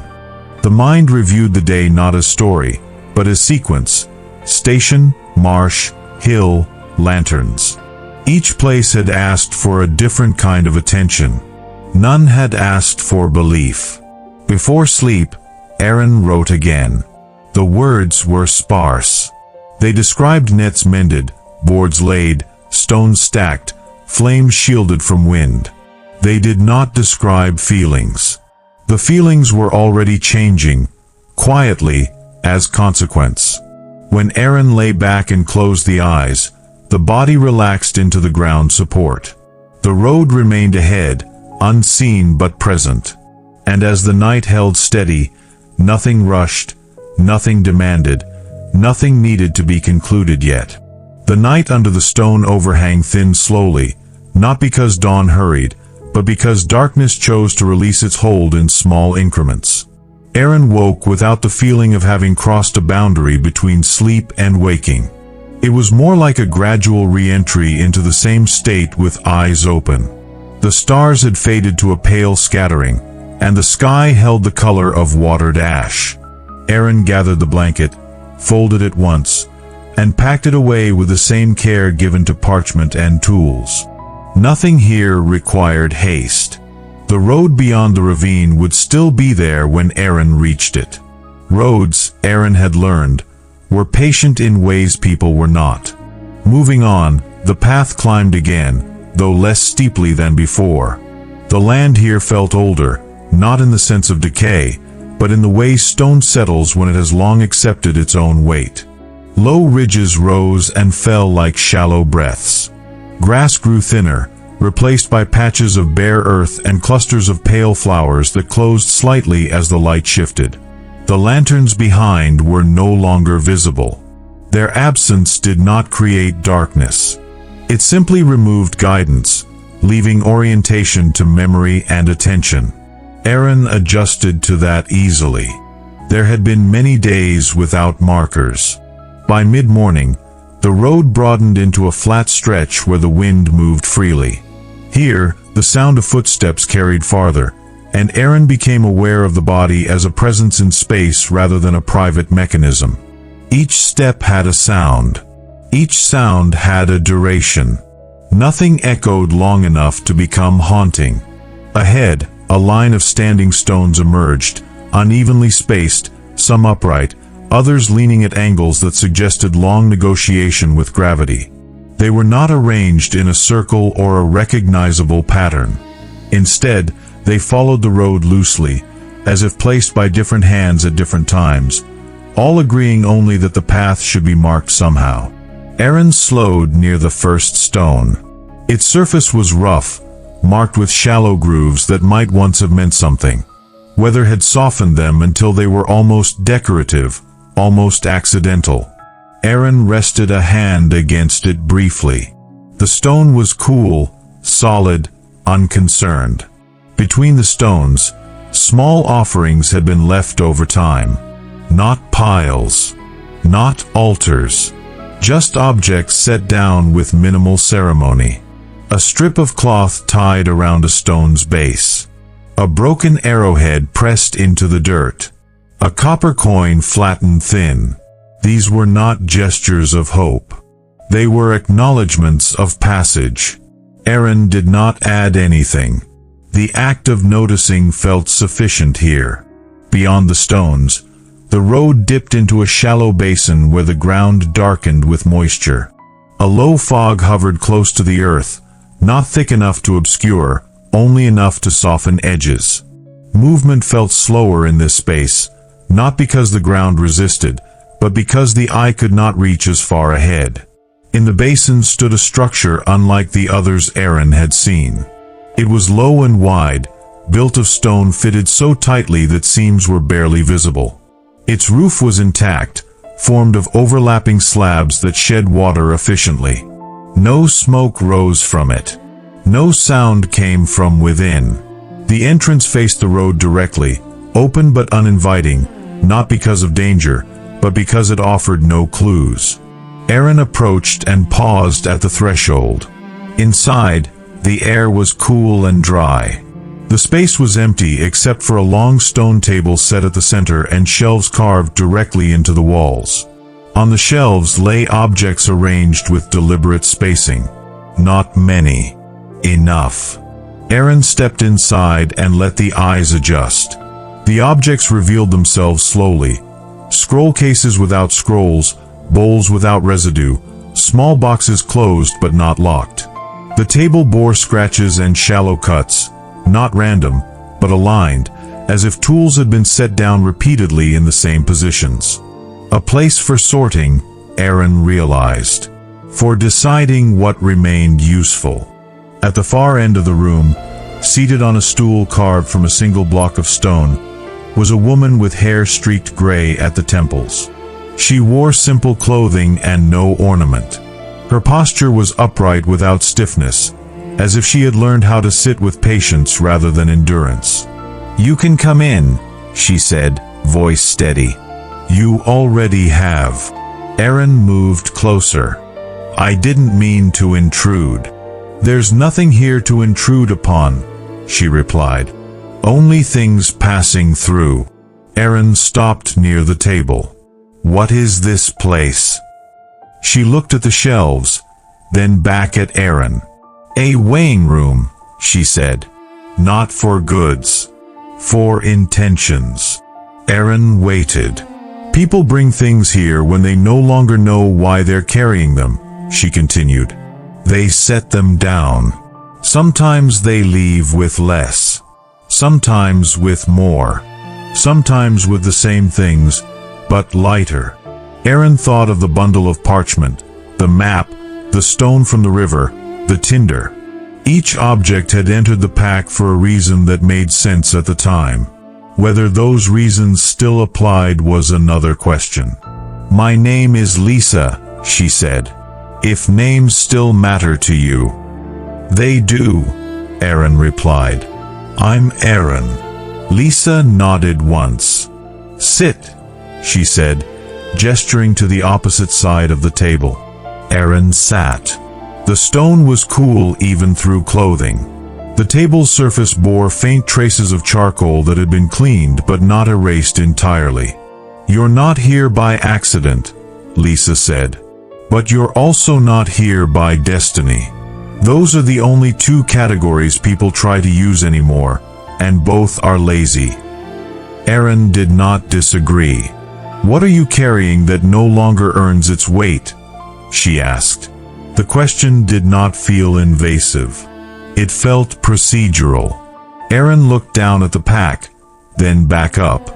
"I don't know yet," Erin said. "That's acceptable," Lisa replied. "Then we begin with observation." She reached beneath the table and brought up a shallow tray carved with simple divisions. She set it between them. "Place one thing here," she said. "Not the heaviest. The one you feel least certain about." Erin hesitated, then removed the smooth stone Porin had given and placed it in the tray. It made a soft sound, more felt than heard. Lisa regarded it without touching. "Why this?" "It doesn't ask anything," Erin said. "And yet I carry it." Lisa nodded. "Then it's not ready to leave," she said, and slid the tray back to Erin. "Uncertainty is not the same as excess." She leaned back slightly. "You've been walking a long time," she said. "Long enough that continuation has become identity." Erin felt the truth of that settle uncomfortably, not as accusation, but as recognition. "You will come to a place soon," Lisa continued, "where the road does not break, but divides in a way that cannot be retraced. Not because it collapses. Because after it, you will no longer be the same kind of traveler." Erin felt a subtle tightening in the chest. Not fear. Anticipation without clarity. "This room exists," Lisa said, "so that moment does not arrive unexamined." Erin sat with that. The fog outside pressed faintly against the doorway, never crossing the threshold. "Stay as long as you need," Lisa said, "or leave now. Both are valid. But when you go, do not carry anything out of habit alone." Erin nodded slowly. The road beyond the basin waited, not impatient, not urgent. For the first time, Erin felt that the next stretch would not simply be walked. It would be chosen in a way that could not be undone. And that awareness, quiet and irreversible, settled into place as the day continued to move forward. Erin remained seated at the stone table longer than expected, not because Lisa watched, and not because the room demanded reflection, but because the body recognized a rare stillness that did not feel like delay. The fog outside shifted slightly, thinning at the doorway and thickening again, as if testing whether the interior would accept it. It did not. The room held its boundary without effort. When Erin finally stood, Lisa did not mark the moment. She had returned to the shelves, adjusting the position of an empty box by a finger's width, aligning it with the stone seam behind it. The movement suggested that order here was not imposed, but tuned. Erin stepped back onto the road, the fog brushing lightly against boots and cloak. Within a few paces, the structure behind was already indistinct, its edges dissolving into the basin's muted air. It did not vanish. It simply withdrew, as if content to be remembered only when needed. The road beyond the basin rose gradually, the fog thinning with each step. Sound returned first, the faint rasp of wind over grass, the distant call of a bird whose shape never appeared. Then clarity followed. Hills emerged, their slopes marked by scattered stones and low shrubs that bent in consistent directions, shaped by years of the same prevailing currents. At the crest of the rise, the land opened into a broad expanse where the road divided as Lisa had described. Not abruptly, not dramatically. The split occurred with such subtlety that one could walk into it without realizing a choice had been made until it was no longer reversible. The left path continued as the black stone road, repaired in places, broken in others, but still bearing the signs of frequent passage. Its markers were familiar: standing stones, shallow ditches cut for water, the occasional remnant of a way station long collapsed. It led toward regions Erin recognized from maps and rumor, places where people gathered and rebuilt and argued over how best to persist. The right path was narrower, unpaved. Its surface packed earth mixed with gravel. It followed the contour of the hills rather than cutting through them. There were no markers beyond the occasional cairn built from stones that did not quite match, suggesting they had been gathered wherever hands happened to reach. Aaron stood between them. The moment did not rush. The air did not shift. The body did not lean instinctively toward either. What changed was quieter. The sense that whichever path was taken would shape not only where Aaron went, but how future choices would feel. Aaron remembered Sella's map, folded carefully among the parchments. It showed both routes, but with different annotations. The black stone road bore notes about settlements, resources, points of exchange.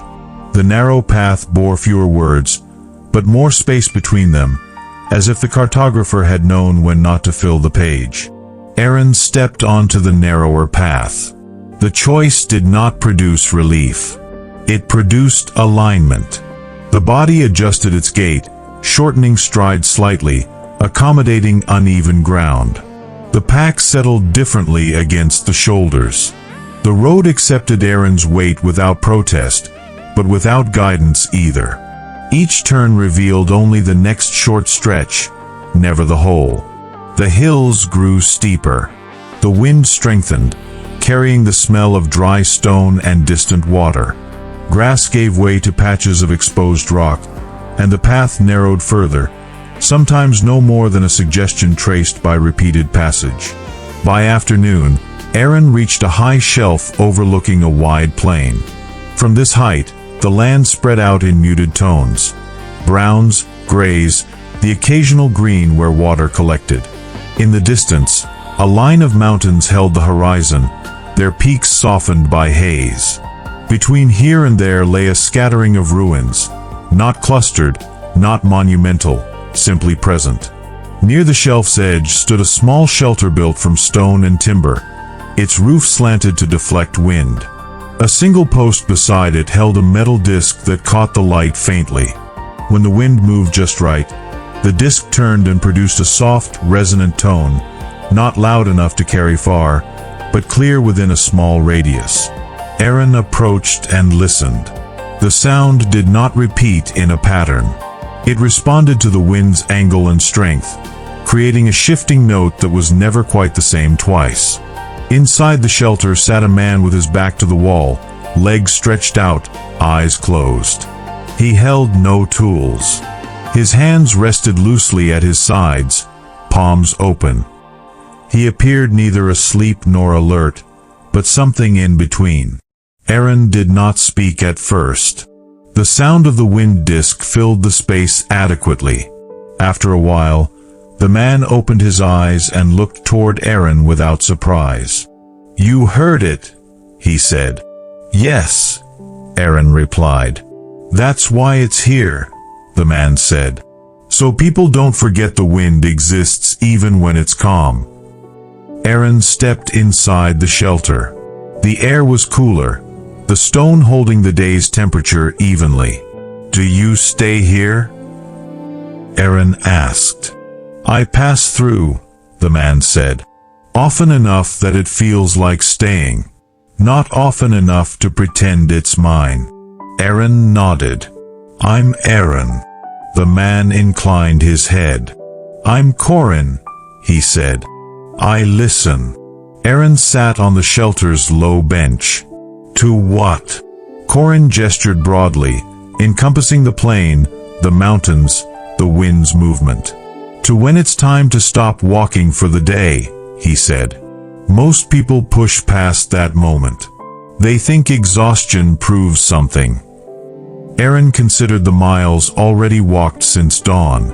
The body felt used, but not depleted. "How do you know?" Aaron asked. Corin smiled faintly. "Your steps get quieter," he said. "Not because you're careful. Because you're emptying out." They sat together in silence, listening to the disc turn and settle again. The sound carried no message. It existed to mark movement in the air, nothing more. Down there, Corin said eventually, nodding toward the plain, there's a place where roads disappear entirely. Not because the land is hostile, because people stopped agreeing on where they should go next. Aaron followed his gaze.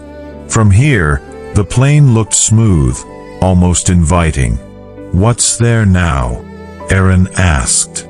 People, Corin said. Scattered, each maintaining something small. Wells, walls, fires. They don't form a settlement because they don't need one. They visit each other when necessary. They leave each other alone when not. Aaron thought of the orchard, the station, the lantern road. The pattern did not repeat. It extended. Why listen to the wind? Aaron asked. Corin leaned his head back against the stone. Because it changes before the land does, he said. And because it reminds me that movement doesn't always belong to the one moving. As the sun lowered, the wind shifted slightly, and the disk's tone deepened. Corin stood and stretched, rolling his shoulders. You can stay, he said. Or you can go on while there's still light. Neither choice means anything about your resolve. Aaron chose to stay. Night came gradually, cooling the stone and quieting the plain below. Corin lit a small fire within the shelter's hearth, just enough to take the edge off the cold. The flames were modest, contained, not meant to be seen from afar. They ate simply, dried food softened with water. Conversation did not wander far. Corin spoke of paths that no longer connected, of bridges that still stood because no one bothered to test their limits. Aaron listened and did not record. Some things were not meant for parchment. When sleep came, it did so cleanly. The wind's sound threaded through dreams without shaping them. The disk's occasional tone drifted in and out of awareness like a distant bell that had forgotten its own purpose. At dawn, Corin was already gone. The fire had been reduced to ash and covered carefully. The shelter stood empty, but not abandoned. The disk still turned in the morning breeze, its tone light again. Aaron resumed the path, descending toward the plain. As the ground leveled, the sense of division faded. There were no more clear choices between roads. Instead, the land offered a network of faint tracks, some crossing, some ending abruptly, others continuing beyond sight. Aaron chose one without overthinking and walked. The first person Aaron encountered on the plain was a woman repairing a low stone wall. She worked alone, stacking stones that fit imperfectly, adjusting them until they held. She glanced up once, acknowledged Aaron with a nod, and returned to her work. Farther on, a man drew water from a well and poured some onto the ground beside it, letting it soak in before filling his container. He did not explain when Aaron passed. The gesture stood on its own. As the day progressed, Aaron passed several such figures, each engaged in a task that did not announce itself. No one asked where Aaron was going. No one offered directions unless asked. When Aaron did ask, the answers were precise but limited, pointing only to the next necessary decision. By late afternoon, Aaron reached a low rise where the plain began to thin again into rougher terrain. From here, the scattered figures became dots, then suggestions. The wind returned with more insistence, carrying dust and the faint scent of distant rain. Aaron paused and looked back once. Not to mark an ending, but to register a shift. The plain did not call. It did not recede. It simply continued without needing Aaron's presence to validate it. The path ahead climbed toward a darker band of land where rock broke through soil more frequently. Above that band, clouds gathered, not threatening, but heavy with unspent weather. Aaron adjusted the pack and continued upward, aware now that the road was beginning to ask for a different kind of attention. Not more effort, more listening. And somewhere ahead, beyond the rise and the clouded stretch, waited the place where movement would finally slow, not because of exhaustion, but because there would be nothing left to carry forward except presence itself. The ground leveled gradually as Aaron climbed out of the darker band of stone and into a stretch of land where nothing asserted itself. The clouds overhead loosened, thinning into long pale strands that allowed light to pass without sharpening it. The wind softened, no longer carrying grit or warning, only movement. Here, the road did not disappear, but it stopped insisting on being followed.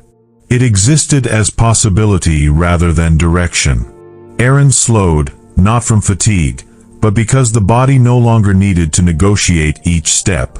Muscles settled into an easy rhythm. Breathing evened out. The pack rested against the shoulders with a familiarity that no longer registered as weight. Everything being carried had found its place, not because it had been justified, but because nothing unnecessary remained. Ahead lay a wide, open stretch of land where grass grew short and even, as if worn down by years of patient passage. No ruins broke the surface. No structures marked human intention. The absence did not feel empty. It felt complete in a way that did not require explanation. Aaron walked until walking stopped feeling like movement toward something else. When that moment arrived, Aaron paused naturally, without deciding to stop. The body chose stillness the way it had chosen roads before, quietly, without argument. The sky above held a gentle, neutral light. Not morning, not evening. A time between definitions. The air was cool enough to be noticed and warm enough to be forgotten again moments later. Somewhere far away, water moved, not loudly, not nearby, just enough to remind the land that circulation continued. Aaron sat down on the grass and let the pack slide from the shoulders. The simple sound it made against the ground felt final without being conclusive. There was no sense of arrival, no satisfaction that demanded acknowledgement. There was only the recognition that nothing else needed to be done right now. One by one, the moments of the journey settled into quiet places inside the body. Not as memories to revisit, but as changes already completed. The orchard's patience. The station's discipline. The lantern's modest care. The plane's distributed life. None of these called back. They remained where they belonged, shaping how Aaron now rested. Aaron did not open the parchments. There was no need to add another line. What mattered had already passed into consequence. Writing would resume another day, or it would not. Either outcome no longer felt urgent. As time moved, barely perceptible, the light shifted again, lowering gently, softening the edges of the world. The land seemed to exhale. Aaron leaned back slightly, hands resting on the ground, feeling the steady support beneath the palms. The earth did not react. It did not need to. If you are listening now, you do not need to follow further. The road has done what it needed to do. Nothing here will rise suddenly. Nothing will ask you to decide. You are allowed to remain exactly where you are, whether that feels like watching or like resting. Let your breathing find its own length. Let the spaces between thoughts widen without being filled. The world of this telling will continue, quietly, without your attention holding it together. You can stay with the image of open ground and softened light for as long as it feels comfortable. Or you can let it fade naturally, the way footsteps fade after someone has passed. There is no need to keep walking now. You have reached a place where stillness is enough. Thank you for staying until the end. If you enjoyed this story, please leave a comment, like, and share it. Your support is very important and helps us continue our work. Thank you for listening, and see you in the next story.